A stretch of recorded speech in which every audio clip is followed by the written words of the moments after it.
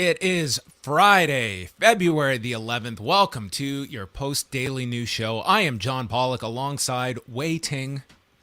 5 days down, Wai. What a week. Another week down. Yeah. Good week, I felt. It goes by, all these weeks go by quick, even though lots tends to happen in between them. But that's how time works. Got plans for the weekend? I do. I'm going out on tomorrow, and then Saturday night I got the UFC, so I'm watching that. It should be it looks like a really good main event. We will chat about that a little later with Phil, and then Sunday, Max is doing gymnastics now, so that's what Sunday is. What? Whoa! Yeah, gymnastics. That's fun. Oh yeah. 3-year-old gymnastics. 4. But, 4-year-old gymnastics. Wow. Yes. Kids are very limber at that age. They are. Yes. So yeah. I'll let you know if he's doing any standing 450s. But we have news to get into today. Kicking things off is Wednesday's Dynamite numbers. And what an interesting week it has been for television viewership. Coming off of Raw and NXT, I think you can certainly, attach asterisks to those shows with the network change. But I certainly did not anticipate AEW was going to have the success they did. Now, they did not have to have a station switch, at least not in the U.S., and they came in with 1,129,000 viewers, their most since September the 29th, up 18% from the week prior. And in the 18 to 49 number, they were at 0.41. 541,000 viewers. These graphs here are courtesy of Brendan Thurston at WrestleNomics.com, up 19% in their demo, third highest since September of last year. So these were remarkable numbers, given that they were going up not just against the Winter Olympics, which is a given that is going to be a hit, but going against the NBA, South Park, that was number 1 on cable last Wednesday when they were going against the Chicago show, and in Canada, doing just over 155,000 viewers, which was their highest since December 1st, and they were moved to TSN5 from their regular station of TSN2. Now, it was conveyed that TSN5 is in more homes, but I will promise you that of the 155,000 people, there would probably be less than 10 people that knew it was going to be on TSN5 instead of TSN2 when they tuned in. So there was zero promotion for this station switch, and I look at that as like a very impressive figure that they ended up doing so well, given those circumstances, and facing the same competition in Canada as they did in the States. So I don't know how you really put any kind of damper on these numbers. This was a very impressive showing on a week that across the board in wrestling, there is a very legitimate excuse for numbers to be down. Yeah. Ratings, I think, continue to be very perplexing to try to predict. I mean, last week they had the biggest match they've ever promoted in this TBS run with CM Punk versus MJF, and it ended up doing the worst. I mean, granted, you can maybe look at competition, but I mean, you had very hard competition this week as well. And Rampage ended up doing the best that it's done since the move to TBS and since September, in fact. So, you know what? I mean, what do you chalk it up to? But the fact that Tony Khan, in his grand promises of a huge Forbidden Door announcement, I mean, that to me was the biggest hook, even above the Hangman Page versus Lance Archer match. I would agree with you. I think that was the one that kind of grabbed the most attention in the days leading up to it. And surprises, I mean, it's not always a consistency, but that does tend to work. When NXT would do the same thing, and they'd have a major announcement to make and give people a week's notice on that.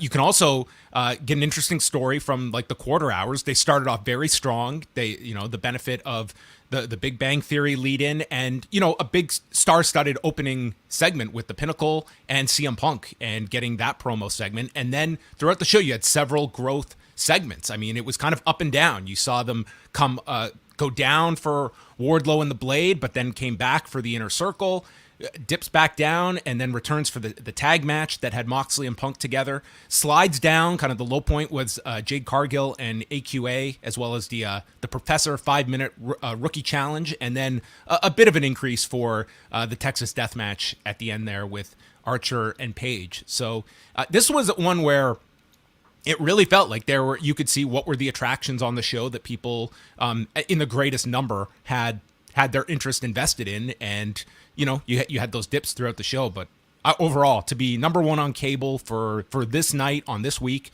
I think that's a very strong showing for Dynamite. And Canada being consistent with the US. Maybe that's the headline right there. Americans and Canadians finally in sync with one another on a week where once I saw those Canadian numbers, once I got them earlier, I was like, oh no, this Canada did great. What could this mean for the US? And I was very surprised. It's the beginning of maybe continuing I don't know, cross-pollination of our cultures. I don't know, but next week it could be totally different, of course.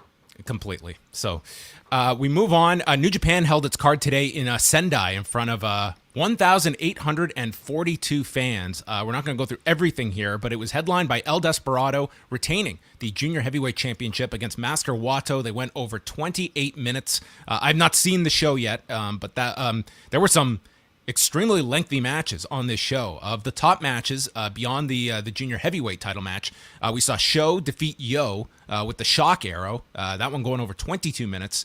Tiger Mask and Ghetto, 15 minutes and 20 seconds, ending with a reverse double armbar. This coming, these results courtesy of PuroLove.com. Tiger Mask and Ghetto for 15 minutes. Sign me up. Well, I haven't seen the match, so we really can't comment on the quality of it. Maybe pleasantly surprised. You're right. Maybe it was. Maybe it was. Yeah. Yes. So they're back in Osaka on Sunday, where we will get the Naito and Sonata against Tanahashi and Okada. That sounds like a really great tag match on top.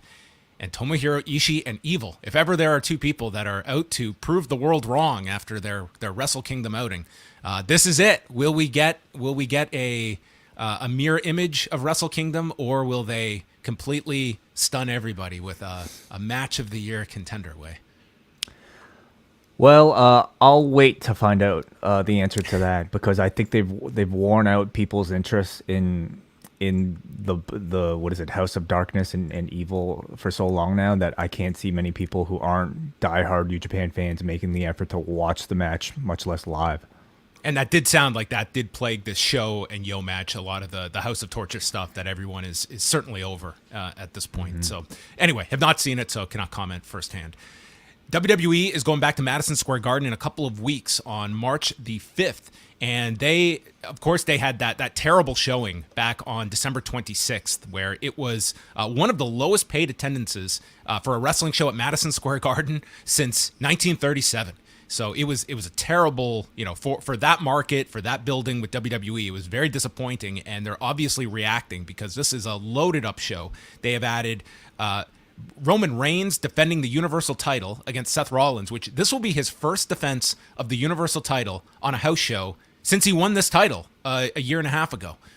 Brock Lesnar is on the show. They're doing Bobby Lashley and Brock Lesnar, which as of today would be Lashley defending the WWE title, but that is pending any potential change next weekend in Saudi Arabia. And then Ronda Rousey will be teaming with Sasha Banks against Charlotte Flair and Natalya.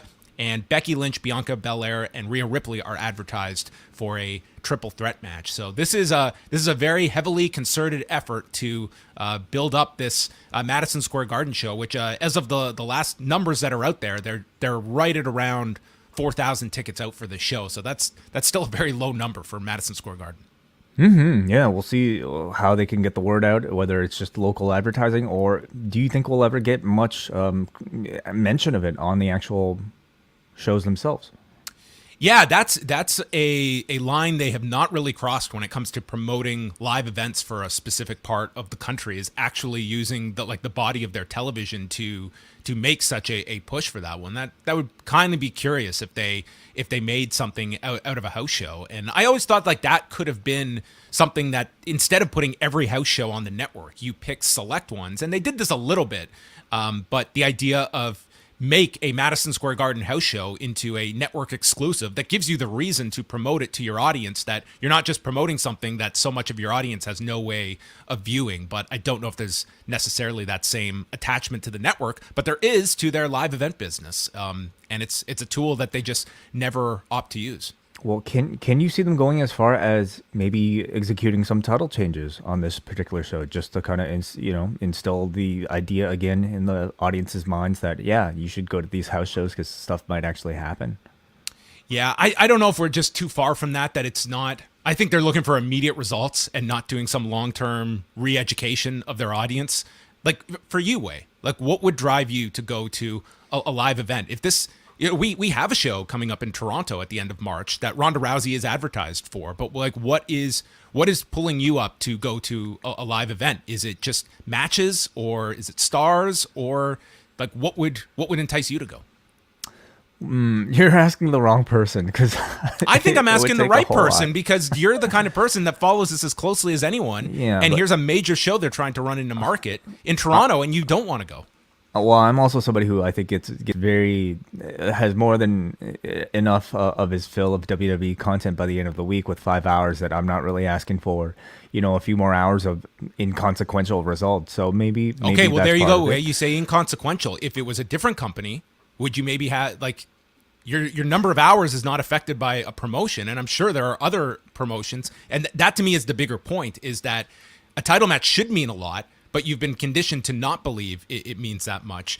And I think that goes to just a more long-term effect of how people view house shows, which are generally very enjoyable shows to go to. But I don't know if just trying to do some kind of like load up a show like this with names and such, if that's going to entice people in a grand amount when they know what WWE house shows are, and if this is actually going to work, if we're going to see like some giant surge in tickets going out once these matches are more widely advertised.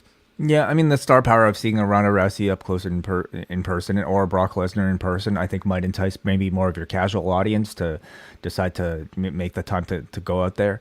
But yeah, I think it would have to be, how relevant is this towards the overall stories that we're following? Is there the possibility of lasting repercussions from me going to the show, and the quality of the matches? I don't often hear that much buzz about great house show matches that, people are saying, wow, anybody who went to this says it's one of the matches of the year. Look at how much we've been talking about this Rev Pro match between Michael Oku and Will Ospreay. And I mean, for a WWE house show to be able to attract that type of buzz through its professional wrestling is incredibly rare. But not to say it can't happen, of course. I think the last time we got any semblance of that from WWE shows was a few years ago when Gable and Rude were facing FTR in all the cities, and you were just getting these glowing reviews of these house show matches because they were going out there and they were actually getting time for these tag matches, and they just were tearing the house down in all these different cities. But at the same time, it's, if you're just a television viewer, you're not really in the mindset of viewing those teams as consequential. But to people that are into match quality, that would have been the last time I remember like WWE house shows getting some buzz attached to them because of those matches. Now in May, WWE, they had put out their pay-per-view schedule just listing the date of May the 8th, and now we know it will be in fact branded as WrestleMania Backlash for the second year in a row, and it's time to give a premium live event to a premium live event facility. And it is going to the Dunkin' Donuts Center in Providence, Rhode Island, a soft spot for any arena naming connoisseur out there. That is where the WrestleMania Backlash will take place. From AT&T Stadium, we go to Dunkin' Donuts Center a month later. A favorite, of course. Yes. The Dunkin'. Yeah. And who's going to be on this show? Well, the poster has Ronda Rousey and Brock Lesnar on, so that would suggest that they are going to be part of this event. And that is probably to be expected. I mean, everyone knows Ronda's sticking around and that Brock is back in the fold. So only a question of Brock, how many of these kind of B shows he would be doing. But it looks like coming out of WrestleMania on this show. And that obviously is intriguing just in the sense of how far this Reigns-Lesnar program goes if beyond WrestleMania. Mm-hmm. Yeah, I mean, obviously, whatever they advertise now can totally change by the time that we get to the show. But at the moment, I mean, this does seem to indicate who they consider to be their top stars. That's right. Yes. Mm-hmm. Tonight, very busy edition of SmackDown at the another greatly named venue, the Smoothie King Center in New Orleans, will host both this week and next week's editions of SmackDown. And tonight's show will feature Charlotte Flair and Naomi for the women's title. Goldberg will be on the show. Aaliyah versus Natalya in a dungeon-style showdown.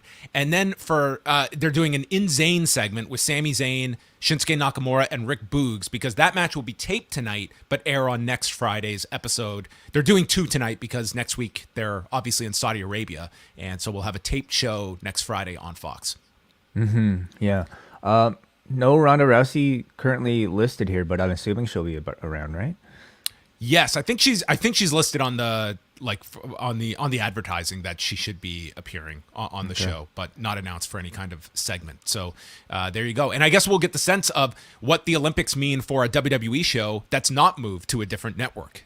We don't have that caveat here, but they are nonetheless going against the Olympics. And then Rampage is the taped show from Wednesday from Atlantic City. And we have the Young Bucks taking on Roppongi Vice. And I heard this match was very good, but they had to follow that Texas death match. So that's a really tough spot to have to follow. But probably a good choice placing a Young Bucks Roppongi Vice match into that slot. And then rounding out the card, Dr. Britt Baker against Robin Renegade. Hook will be in action against Blake Lee. The tag team champions, Jungle Boy and Luchasaurus, against the Ass Boys. And we will hear from Bryan Danielson on tonight's edition of Rampage. Yeah, from that same crowd in New Jersey, which was really hot on a Wednesday. How did they hold up for the final hour? And you know, I've heard some great things about this Hook match, so I'm looking forward to that one, of course, as usual. Seeing what direction Bryan Danielson and Jon Moxley goes. We are a few weeks away, so I'm assuming we probably get the challenge very soon, if not already. And then, of course, the Ass Boys going for the championships. A huge night for the Ass Boys. Mm-hmm. So that's coming up tonight, and we'll be live at 11:15 p.m. Eastern for all our Post Wrestling Cafe members with Rewind to SmackDown. And then we shift to Saturday night, where I will be live with this man for the UFC 271 post show. I'm talking about the Lord of the Cord himself, Phil Chertok, as the UFC returns to Houston, Texas. Hello, Phil. Hi, John. Hi, Wai. Hey, it's Phil. good to have you on here to chat a little bit about the card on Saturday night. I'm going to start off with this question because I would say like the most attention of anyone attached to this card on Saturday night is Joe Rogan by leaps and bounds, and he will in fact be part of the broadcast on Saturday night. And not to go into the whole Joe Rogan story, but just in the sense that obviously UFC was never going to pull him from this show. But do you think it's an interesting discussion there? Sorry, I mean, my cat just knocked my headphones off. oh man, Unbelievable. this is just absolute chaos here. Maybe the cat just heard that Joe Rogan's going to be on the broadcast. Give me one half a second to fix this. Oh my gosh, Dude, this is the odds. amazing. Live television. Okay. Are you all right? I'm back. I can hear Okay. you. Unbelievable. This creature. I'll This tell you, the evil, Phil this Chertok experience pure tops evil. any Joe Rogan experience at this point. That was me avoiding the question and running. I know. I know you were trying to just dodge the topic. But if you're Joe Rogan, like this is obviously like the elephant in the room, and you know, I was only curious if Joe Rogan himself would make the call that maybe I have too much of a spotlight on me on this broadcast that I am going to take away from some of the broadcasts. Are you at all surprised he's doing the show on Saturday? Not remotely. I mean, if you just think about it from the UFC perspective, you know, they're typically defiant in these types of scenarios. And regarding the controversy around him, you know, he released a statement. The episodes were removed. So that was the decision that was made. If he were to remove himself from the UFC broadcast, that would just draw more attention to this, which, you know, they're trying to move on from. So it doesn't surprise me that he's on the card, and it doesn't surprise me that, you know, sort of that's kind of the end of it from the UFC perspective for now, at least. Do you think it's referenced at all by it coming up in commentary, just in jest at all? Like it just seems like it's so odd that we're going to hear 6 hours and no reference to it. And I'm sure many people are going to be tuning in to hear if it's addressed at all. Like this is a major national story. Oh, it's absolutely a huge story. I mean, it could be done in jest. Is Cormier the one on the broadcast with him? It's Cormier and Anik. Like I'm not insinuating they're going to go deep into any topics, but just an actual reference to it. Yeah, I Or if mean, they're just going to maybe. steer clear of it completely. I think in general they'll want to steer clear, but you never know. They get heated in there. Somebody could, say, "Hey, they're trying to cancel you, Joe Rogan." And of course, Rogan does the post fights, and a lot of those people are big fans of his and want to be on his podcast. So who knows what somebody's going to say? So I don't think there's going to be much said about it. Could there be a joke here or there? Yeah, I think so, but I don't think they're gonna. There's no real reason to bring it up. So. Interesting to watch, nonetheless. The main event sees Robert Whittaker challenge the current champion, Israel Adesanya, the man that took the title from him back in October of 2019. For those that maybe are not following all that closely, this was a pretty one-sided fight when they fought for the title back at UFC 243.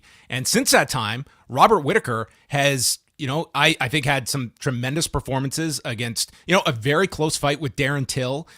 Then I think a more complete performance with Jared Cannoneer. And then I think the best win of the three in terms of just his overall performance was against Kelvin Gastelum back in April. We've seen a lot more wrestling out of Robert Whittaker. These are clearly the top two middleweights in the world. And I think this is where 90% of the attention is reserved for this card on Saturday.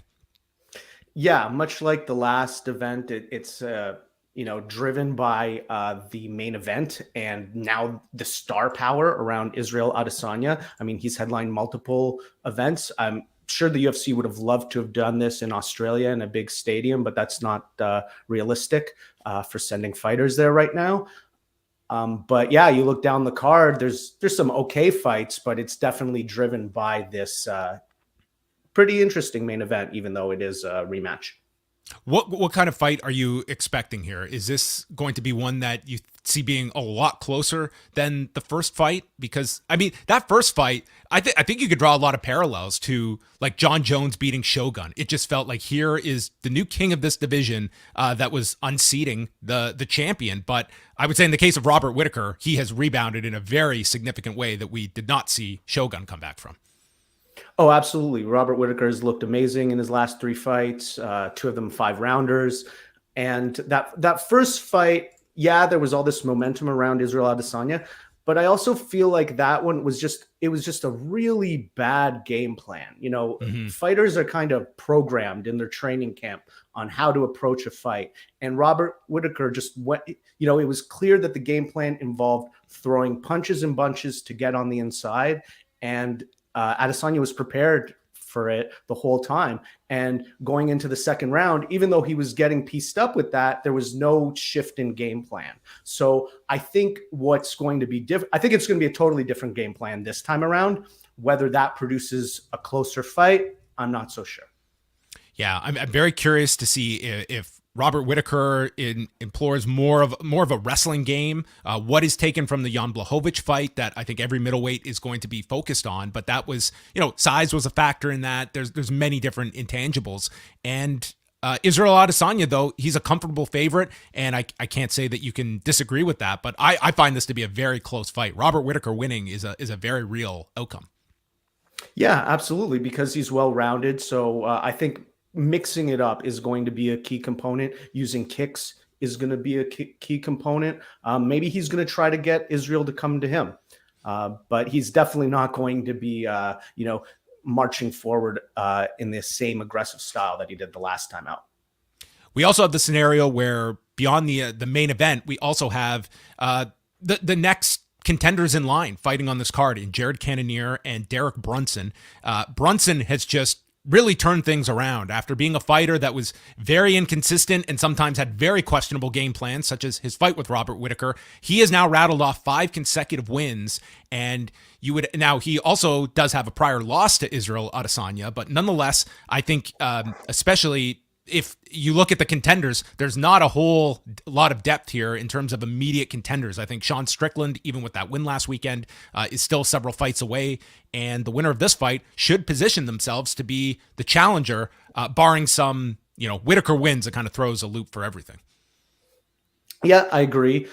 Cannoneer was looking pretty good, but he kind of had he had that loss to Whittaker himself. He was on a 3-fight win streak. And yeah, as you mentioned, Brunson, 5 in a row. He was the perennial gatekeeper of the division. But through those 5 wins, he's looked very impressive, and he's a tremendous wrestler. So it does make Israel Adesanya rematch a lot more interesting because he's improved so much since that first fight. I mean, that was 4 years ago, I believe. Mm-hmm. Yeah, we're going back to 2018, and it just seems Derek Brunson reinvented himself over the course of that those several years. With Jared Cannoneer, he's looked very good ever since moving back to middleweight. He has the one loss to Robert Whittaker, and what was interesting this week is Derek Brunson stating, regardless of what comes his way, he's got 2 fights after this, and then he's retiring, which an MMA retirement you always put in quotations. I just don't know how that serves you to make such a public announcement when you're coming out of this, and you could very well be in line for a title fight. And if you're flirting with retirement, I don't know if that makes your case much stronger. No, I don't think the UFC is terribly interested in putting any more fights together, title fights with people on the last fight on their contract. And then Derek Lewis, who just turned 37 years old. He's fighting in his hometown again. This is coming off the last time he was in Houston. And boy, did he have a problem with Ciryl Gane. That's my only Houston we have a problem joke I will make. Against Tai Tuivasa. And I would say in this fight, Phil, I think the questions and focus is, to me, on Tai Tuivasa. Like, what is this guy's ceiling? He's kind of put it together with a 4-fight win streak. With Derek Lewis, I think he's going to beat a lot of quality heavyweights, but I think, like, we know that there is a distance between him and the championship level at heavyweight, but he's sort of in that role where we're going to get those answers about where Tai Tuivasa is. Does he ascend above this level, or is this kind of the ceiling for him at heavyweight? I think that this is a really key fight for Tuivasa. Last time we saw him against Augusto Sakai, we were talking about how he had new training. The training was really dedicated to him, and since that has happened, you've seen a significant improvement in his game. And as we've seen, it hasn't been the highest level of competition, but Derek Lewis is right at that championship level, not quite as we've seen in the past, but getting a win over Derek Lewis would be a big statement for Tai Tuivasa and would propel him into some really big fights because of, all the sort of interest around the personality. I mean, the amount of shoey questions that there've been in just the last week alone, it's absurd. Oh yeah. Now we've moved on to Cuppies, which, oh God, I don't want to talk about. You can Google it.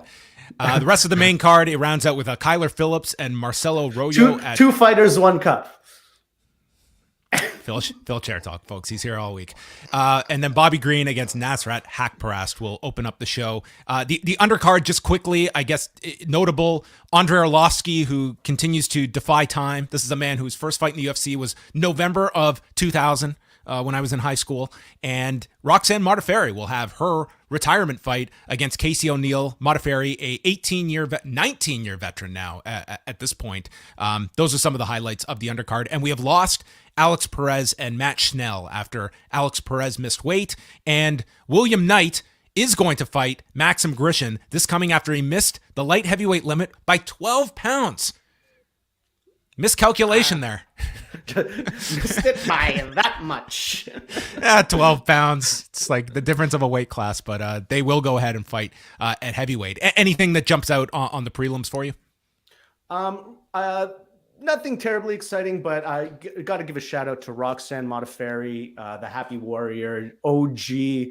Not just an OG, somebody who's been relevant for a very long time and is still a pretty relevant fighter, even though, she's not at the top of the game. And this is a big fight for Casey O'Neill, one of the top prospects from last year, being featured here against such a recognizable name as Roxanne will hopefully propel her to a really big 2022. All right, that's UFC 271. It's coming up on Saturday night, the early prelims beginning at 6 Eastern, and then the pay-per-view at 10 p.m. Phil and I will be live right after the main event. You can watch and listen at youtube.com/postwrestling, and I will be joined by Phil Chertok and his cat, if the cat wants to take in the fights as well. Oh, no. Already the victor of a 10-9 round, I could see, based on effective... of octagon control and aggression. Definitely the edge in aggression. in that exchange, Yeah, Phil. yeah. I'm shook, but I'm confident that I'll be able to bounce back and even the score tomorrow night. And last thing, where can listeners and viewers go during the fights if they want to interact with the post community and make their predictions? Yeah, so you come to the Post Wrestling Discord. You can visit that at postwrestling.com/discord. And during fight nights, we run prediction boards throughout all the fights, the main card, the main event, and we keep track of that leaderboard throughout the year. Eric Marcotte is at the top of that. But we also do predictions for other events. We're running some Olympic predictions right now. We have the weekly prediction game for WrestleNomics for the AEW Dynamite demo rating. And tomorrow and Sunday is also the Super Bowl, where we're going to be finalizing the end of our NFL playoff prediction pool. And we'll also be having some prop bets as well. So lots of fun, lots of games to be had at postwrestling.com/discord. All right, check all of that out. Again, we're live right after the pay-per-view on Saturday night following Adesanya and Whitaker. That is going to wrap it up for your post-daily news show. Again, we're back tonight with Rewind to SmackDown. Thank you for tuning in and have a great weekend.